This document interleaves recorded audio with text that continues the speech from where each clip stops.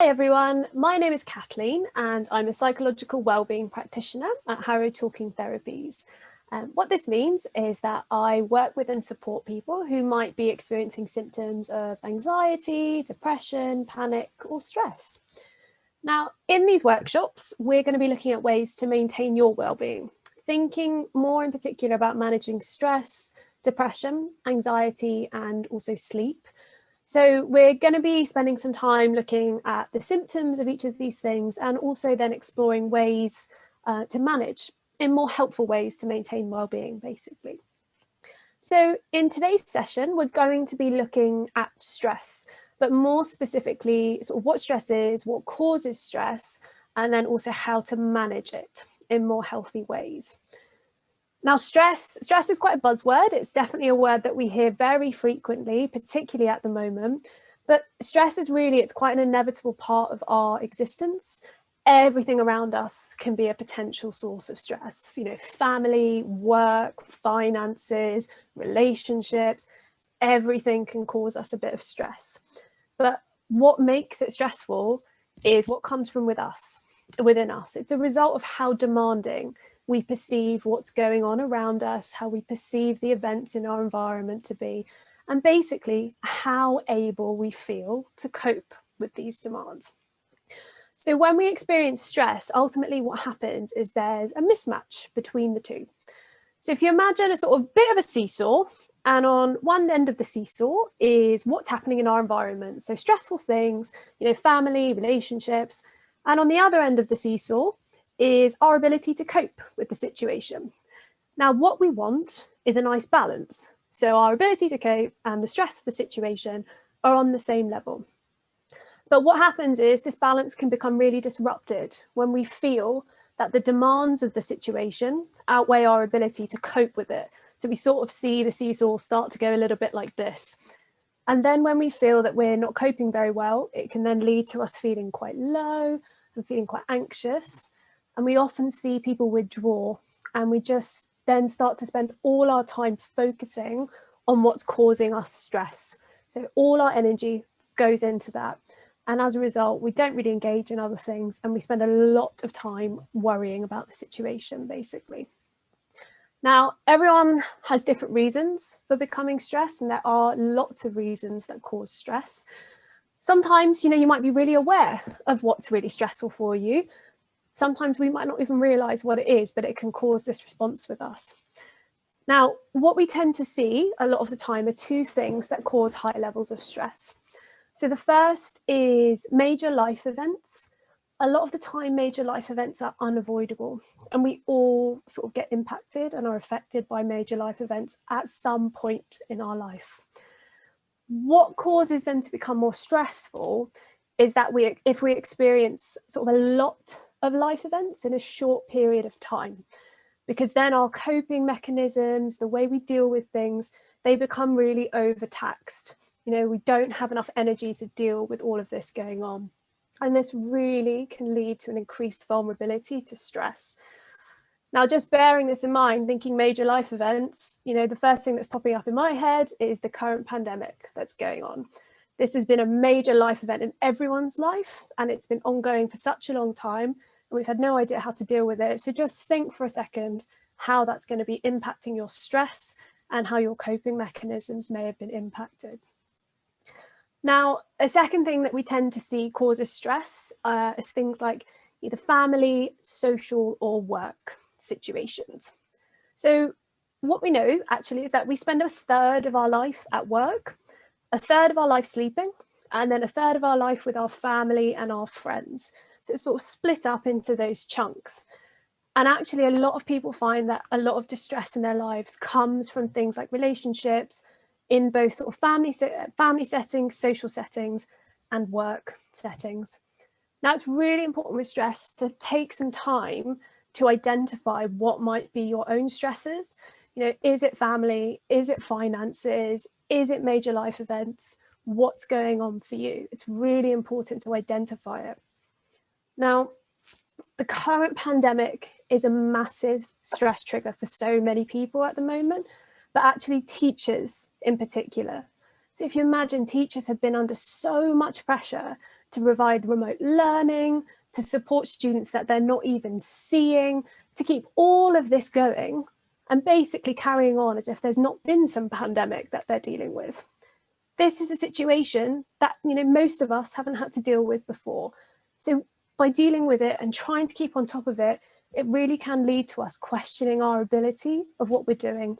And it can lead to those real heightened levels of stress and feeling just absolutely exhausted and experiencing burnout. Now, I mentioned just kind of being able to identify triggers for stress. Now, the reason we want to identify triggers is that it can lead us to see, actually, how do we manage when we do feel stressed? A lot of the time, what can happen when people feel really stressed, they don't necessarily do the most helpful things to cope with it. So there's lots of sort of what we call common barriers to stress. A massive one that we tend to see is someone will say, well, I've got too much to do. I've got no time to look after myself. Thinking again in relation to teachers, you've got all these people to look after, all these lessons to plan, all these videos to record. It all feels like it's too much. How can I put time aside for myself? If you're never engaging in relaxation, you have to expect that you're never going to feel relaxed. If I'm spending all my time worrying or all my time doing something else, I'm not giving time to myself. I'm not freeing time up for myself. So it's important to even begin to think about setting yourself a small goal for relaxation, even just 5 minutes.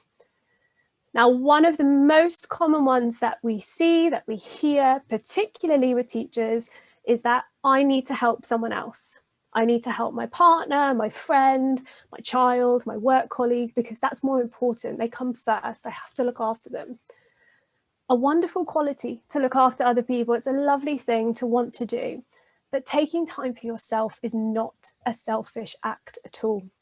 In fact, if anything, it's more of a selfless act. The more that you look after yourself, the better that you're able to look after someone else. We always refer to what we call the oxygen mask analogy when we're talking with people about stress and looking after themselves. When you get on an airplane and they go through the sort of safety procedures on the airplane, what's the first thing they say to you about the oxygen mask? They always say, put your own mask on first before you do someone else's. And why is that? Well, it's because if you don't put your own one on, how can you help someone else? It's the same thing when it comes to your well-being, when it comes to your stress. You have to put that time aside to look after yourself. Otherwise, you're not going to have anything to give to anyone else. And again, you're going to reach that burnout. Another one is just using unhealthy ways to reduce stress. It might be, excessive alcohol intake, smoking a lot, spending a lot of time on social media, shopping for things we don't necessarily need. All these things in that moment can feel a bit better for you and feel, okay, yeah, I've got a grasp on this. I've done something for myself. But in the long run, they often have quite a negative impact and can feed right back into our stress. So there's lots of different ways that people sort of put up a barrier for dealing with stress. And I want you just to have a think and just think, does anything that I've said resonate with you at all? Are there any barriers that you put up for dealing with your well-being? What triggers can you think of that might be stressful for you? Teachers often really have a very strong desire to put others before themselves. It's part of their caring nature. It's why they went into their profession. And whilst it's such a lovely quality that to have, it's so important to recognise the impact that this might be having on you in the long run. It is not selfish to look after yourself.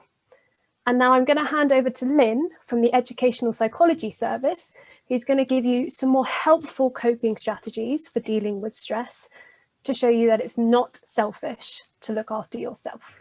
Now over to Lynne. Hi there, I'm Lynne Babbington, one of the Harrow Educational Psychologists. I understand you've already had a presentation about what stress is. And now in this session, what I'd like to talk about is the different ways in which we approach stress and respond to it, and also ways in which we can manage stress. We're all living in very difficult times at the moment, and stress is out there. I think we all recognise that. So hopefully this will be helpful to you all. Right, okay, first of all, we're going to talk about individual differences. Right, we're all different. We all approach things in quite different ways. At the top there, I've got a few examples: work interview, a plane journey, child leaving home, moving to a new home, and of course, the COVID pandemic. Now, each of us will respond to the above and the pressures they bring in different ways. For some, it's a pleasure, and for some, it's real difficulty. An example of this is that I love going on planes. If I could, I would fly to work. From Ealing to Harrow isn't really that far, but I would fly if I could. Now, my daughter, on the other hand, doesn't like flying at all. So this is what I'm going to talk about initially: how we're different in how we respond to stress. Now, whether stress has a positive or negative consequence really depends on how we deal with it. So your reaction to stress and how quickly you return to normal when the particular stressor has passed, that's what we call resilience. Now, you will have all, the word resilience is out there. It's been out there for quite some time, but that is what it means. It's how quickly you return to normal when a stressful situation has passed. And this is what varies significantly between people. So what makes some people resilient and others struggle to cope? Well, upbringing can play a part. There have been some animal experiments that demonstrate that early trauma can affect an individual's response to stress. That was reported in New Scientist recently. Now, we can't do such experiments on human beings just like that because it's unethical. Perhaps some of you think it probably should be unethical on animals too, but it happened. Genes play a role. We all differ in that way, as you know. A really big one, and I think an important and helpful one, is sense of humor. People who tend to see the funny side of life's, mishaps when things go upside down are likely to interpret and react to stress much more positively. It kind of buffers them against some of the negative effects of stress. There was a very interesting firefighter study in, I think it was Indiana, where they looked at a correlation between the really awful incidents that the firefighters had to manage and in relation to PTSD, post-traumatic stress disorder. And what they found was that the firefighters who approached things with a degree of humour, I won't say a total sense of humour, actually managed better and had less stressful effects. Laughter, what we know that it does, it releases feel-good hormones. And these are thought to make us less likely to ruminate or keep going in our brains and then re-experience the stressful events. Now, there's a proposed relationship between gut bacteria and our mood and behavior. Again, recently I heard a piece of research that is suggesting that probiotics are helpful for this. Now, I am not for 1 minute suggesting you go rush out and buy probiotics, because I am not allowed to suggest such things, and please don't do it on my behalf. But there is a suggestion. The research needs follow-up. It needs peer review and it needs follow-up. So we can't say it's a fact yet. Okay, it's an idea, a theory that's being explored. Another way in which we're different is the way we cope with stress. Now, for convenience, what I've done, and time, I've put perhaps the more positive ones on the left, and the ones that perhaps are less positive on the right, or less helpful. Seeking support, problem solving, relaxation, physical exercise, adjusting expectations, talking about the problem, and humour on the left there. And the perhaps not so helpful ones, avoiding the problem, which isn't always helpful because problems tend to come back at you. They don't vanish if you avoid them. Running away from things, denial, blaming others, not great at all. Doesn't help your relationships there, does it? Under and overeating, and excessive alcohol, caffeine, etc. Excessive TV watching. Now, that is something I guess quite a few of us might have been engaging in recently, the excessive TV watching. And, none of it, we all approach things differently at different times. My favoured coping style, I think, if I'm thinking correctly, is problem solving. I tend to go to research, but I also go to humour. I think humour is a hugely supportive it really supports me anyway. I do know that. But then, you know, I'm also capable of watching TV, watching several episodes of whatever I want to watch. So we do mix and match, okay? So the techniques I'm going to look at, I'm going to think now about managing stress and go through these here. We've got locus of control. I'll explain that further. Relaxing your body, thinking realistically, very important.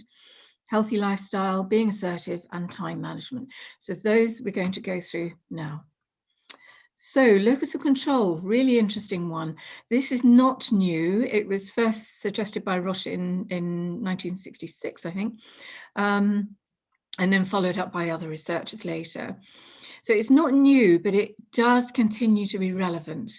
Now, what it is that researchers found that if you believe or perceive you're in control of your life or a specific or difficult situation, you will suffer less from stress and anxiety and perhaps depression. So an example of that is that during the first lockdown, this was last April, I think, March, April, I suddenly realized that because I was at home working from home, suddenly realized that I was listening to the news constantly. It was on because, you know, we didn't really know what was going on with the COVID pandemic then. And I found myself listening to it all the time. And then I became aware of the effect it was having on me. There was a tension. So I thought, Lynn, stop this, you know. So I made a rule.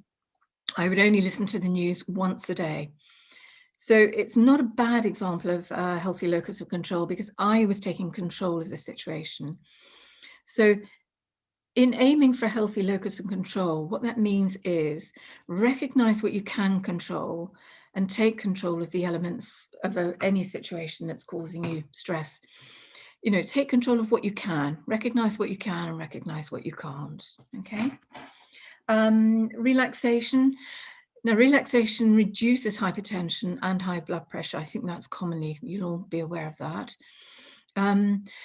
If it's a bit, this is kind of a helpful clue, I think. If it's a bit structured and staged, then that also helps with any unwanted negative or intrusive thoughts that you might be having, okay? Because you've got to attend to the structure.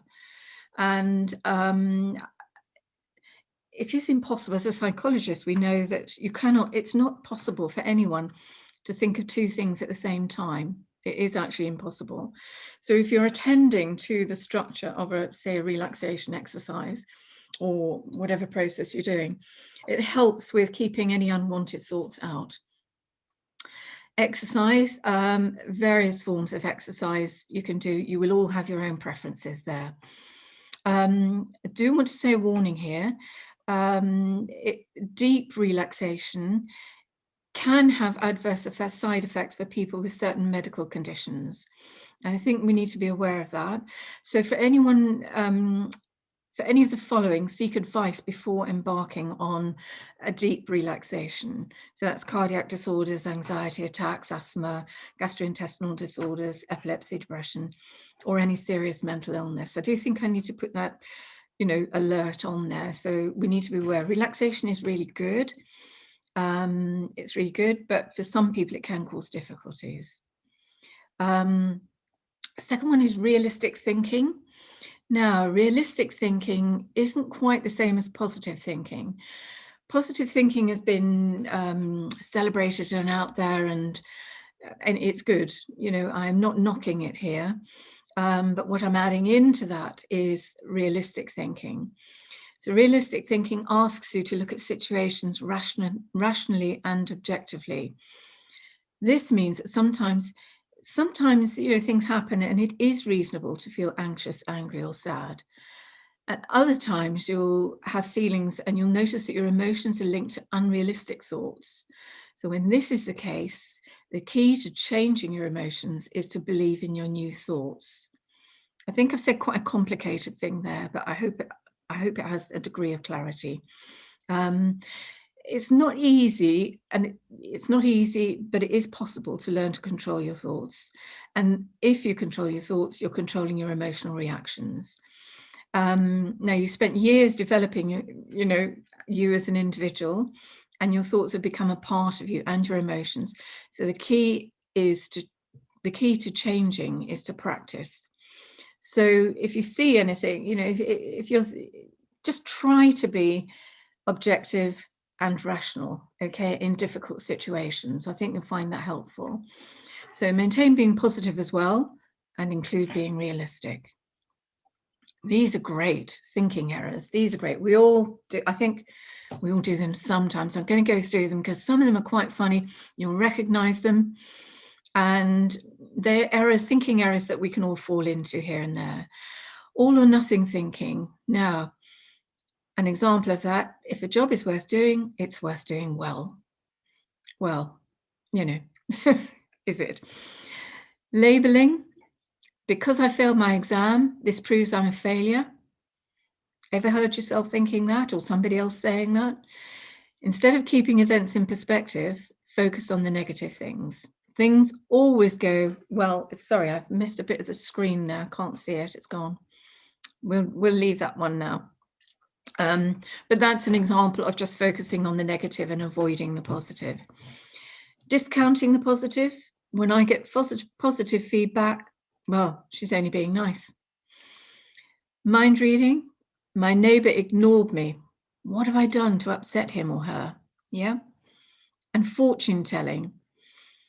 I think I have heard this one quite a lot in the past, actually. It always rains after I clean the windows. Yeah, it's guaranteed. Well, of course, it doesn't always rain after you clean the windows, but, people do hold on to things like that. Magnifying or awfulizing. If we don't reach that deadline, the outcome will be awful. It's going to be dreadful. Well, it's not really, in the real world, thinking more realistically, it's not going to be awful. It just means that you haven't reached that deadline. Minimization. The exams I passed, well, they were just the easy ones, weren't they? That's why I passed them. I'm not really clever. I just passed the easy ones. So you're minimizing your scope. Emotional reasoning. I feel so anxious about flying. It must be dangerous to fly. Yeah, that 2 and 2. Does it really equal 4? Blame. Where are my socks? Who has moved them? Instead of just, having a look for where your socks are. Overgeneralization. No point in applying for the promotion as they turned me down once before. So you're overgeneralizing one situation to all situations. And phonyism, I think this is also called, what's it called now? Imposter syndrome. Yeah. When my children grow up, they will realize what a hopeless parent I was. Yeah. Okay, let's move on to healthy lifestyle. These are all things that I think you will be aware of, but probably doesn't hurt to remind ourselves of them. Diet, eating too much, eating too little. Think about healthy foods. Sleep is really important. I think, that's a big one. 7 hours if you can. A bit more on Saturdays and Sundays, of course. Think about your caffeine and alcohol management. Exercise. Now, you will all have way more examples than I've put down here. The yoga, Pilates, gym, etc. But you will have your own preferences on that, and exercise is good. I know we're more limited now. We can't actually go to these things. But there are still ways in which we can exercise. Holistic medicine, osteopathy, there's a range there. We cannot go to those classes at the moment, but there are things online that we can pick up online. Not healing, not shiatsu. I don't think you can do that online. Maybe not Alexander technique, but some of these things you can, contact online. Rest and relaxation and time for friends and leisure is a really, really big one. And time management. I'm going to come on to that now. After this one, being assertive. Now, being assertive is important. I think that's been out in the arena for discussion for many years. So I'm just going to cover this really briefly. So non-assertive behavior means having difficulty standing up for yourself, relinquishing responsibility for yourself, and perhaps inviting persecution by assuming the role of a victim or martyr. Being aggressive behavior means standing up for your rights in such a way that the rights of others are violated in the process. So not great, not helping anyone else there. Being self-enhancing at the expense of putting others down. There again, you know, you might win, but everybody else suffers. So assertive behavior means being able to express your needs and preferences and feelings in a matter that is neither threatening nor punishing to others. So it's much more balanced. So you do it without undue fear or anxiety, and you don't violate the rights of others. What it results in is direct communication between people, interacting on an equal basis and taking responsibility for yourself. A great assertion technique, if you find yourself in a situation where you're being pressured to do something that you really don't want to do, you know, you might not want to buy something or whatever, or in the days when we were in pubs and things like that, you might not want another drink, but somebody's pressing one on you, please have another drink, da da da. What you do is you identify your goal and make a clear statement. Just say, thank you, but I don't want to drink. And then you might get more pressure to have a drink. So you repeat the message without adding to what you are saying, I don't want a drink. So you're behaving like a broken record, just in a repetitive way, okay? And it works, it does. Okay, time management. So when we're stressed, you know, it really does affect our time management. We manage it less efficiently and effectively. We can get, this is not essential, exaggerated feelings of being out of control, and it increases our levels of stress. We engage, I think probably, it's probably engage in procrastination. So let's think about some time management techniques. How to create more time. Prepare for and group outgoing phone calls, emails, and texts. I think at the moment that's particularly pertinent because, you know, a lot of us are working from home. We're relying on emails, texts, and phone calls, Zoom meetings, Teams meetings, and all that. So we do really need to be organized, yeah? So preparation for them will help. Set aside time for creative thinking. I think that's important because sometimes in meetings, things, you know, something will come at you sideways, which means you really have to think, you know, and you have to enable yourself rather to be creative on the spot. Yeah. Listen carefully and check your understanding. I mean, that's a great way to get confused, and it's a great way to lose time if you haven't understood something first. If you can, remain brief on the phone and in emails. This is not always possible, I know, but where we can, remain brief. Some phone calls, emails need to be long. I know that people need support. Prepare for meetings, which links back to the first one. Allow time for the unexpected. That links into the second one. You know, somebody saying something and your attention going in a different direction. Tackle one task at a time, okay? And get clear instructions and give clear instructions. I think that's helpful. And that links into the third one, listening carefully and checking your understanding. Don't procrastinate, but try not to engage in procrastination. You know, it's possible, it's a bit like binge watching on the TV. You know, we're human beings and we vary, yeah? Wherever possible, handle a piece of paper only once. That's quite a hard thing to do, but I try. I think this next one is a helpful one. Prioritize your daily work as follows. So make a to-do list, okay? So you make a list of everything you've got to do that day or that morning, whatever. Then go down the list and categorize things as A, priority, B, important, or C, can wait till later. Okay. When you've done that, you go back to the list and you go to the B's and you assign them as either A's or C's. Can you see what we're doing here? Recategorizing. So then you start with the A's, you've got your A's, the things that you do need to do, and the C's can wait till later. Yeah. I think that is a helpful one. Keep asking yourself, what is the best use of my time right now? Just keep that in the back of the brain. And temporal distancing. This is something I came across the other day that I've added it on here, which is, it's not how to create more time, but it is to do with time. A lot of people are really having a difficult time at the moment. And I think we're all in that boat. But it's helpful exercise is to imagine yourself in a year's time. Imagine what you would be doing in a year's time. What would you like to be doing in a year's time?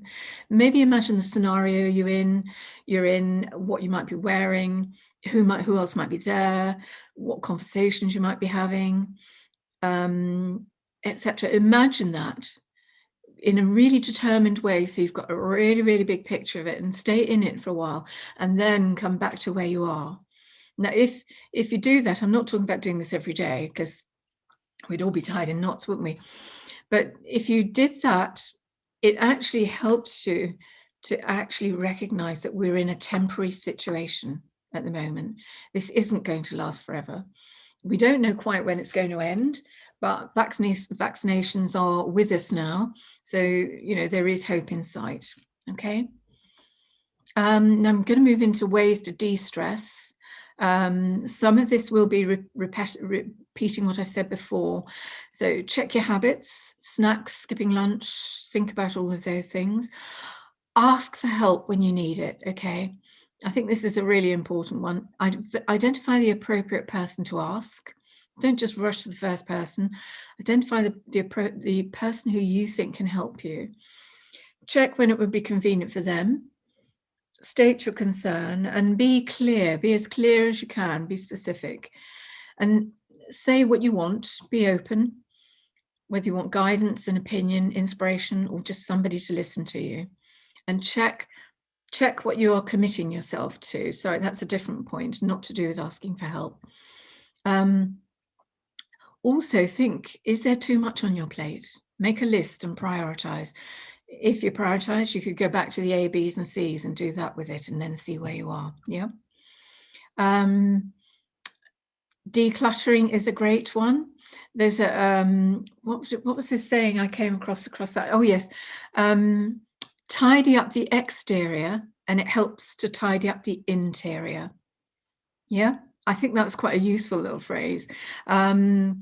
Do you even know, if you've got a loft, do you even know what's in it? Or that cupboard over there, do you know what's in it? Maybe not. Some of the clearing out, and that clearing out the exterior helps clear out the interior being in here. I do think it does help. And if you're doing something like that, you are busy and you're not focusing on the things that may be worrying you, okay? Listening to music, there is evidence that it alters chemicals involved in our stress response, lowers blood glucose, resulting in, challenges seeming less stressful. Exercise, we've mentioned before twice, boosts hormones that can act, to lower perceived stress. Meditation's got a long history as a stress reliever. I'm going to add that warning back in here because I have read several reports that meditation isn't for everyone. Check, if you have any doubts about it, don't do it, but for those for whom it works, it is a great resource. Yeah, get creative. It's been great to see all the all the things in Windows that have started up. I don't know if you're all aware of those. Anthony Gormley and other artists have promoting this, people to put creativity in their windows. I just think it's such a fabulous idea. And also, if you're doing your exercise, walking around the roads, great to have a look at all, what people can do. And please don't forget finding the funny side of things where you can. Not all situations are funny, but, a little bit of humor goes a long way. Yeah. So it's a personal journey. The key pointers to bear in mind are foster your relationships. They're really, really important, and they will help you. Stay positive and realistic. Learn from experience. None of us knows it all. We're all on a journey, learning as we go.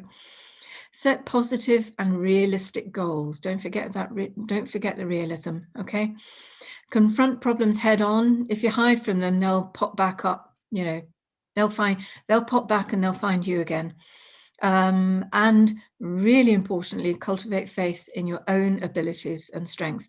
You have abilities and you have strengths. Okay, so don't forget those. They're really important. So, are you ready? The only person who can change your stress level if and when you are stressed is you. Books, information, courses, they can all help. Presentations like this hopefully can be a bit of help. But the practice, the doing of it comes down to us, each one of us, okay?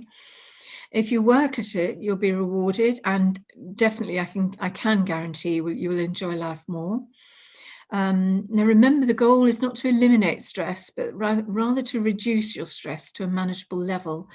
Now, something to remember here, there is good stress and there is bad stress. The good stress motivates us. The bad stress can cause health problems. Things are too difficult. An example of the good and the bad is that with me personally, I am not the first out of bed in the mornings. I'd much rather stay there. However, I cannot bear to be late to meetings or late to anything. I just can't do it. So the stress of possibly being late gets me going in the mornings. Okay, so that is good stress. Okay. What we need is a balance between the two. None of us can live without a little stress in our lives, and some of it is beneficial. What we need is a healthy balance. Now, I have put some references on the end there, some resources. If anybody needs any more, I have an awful lot of stuff here on stress. And if anybody, I'm happy to give my details to the organisers of these presentations, and for people to contact me if they wanted anything individual. Yeah. Any individual information. Okay, thanks very much, and thanks for listening, and I hope this was helpful. Okay.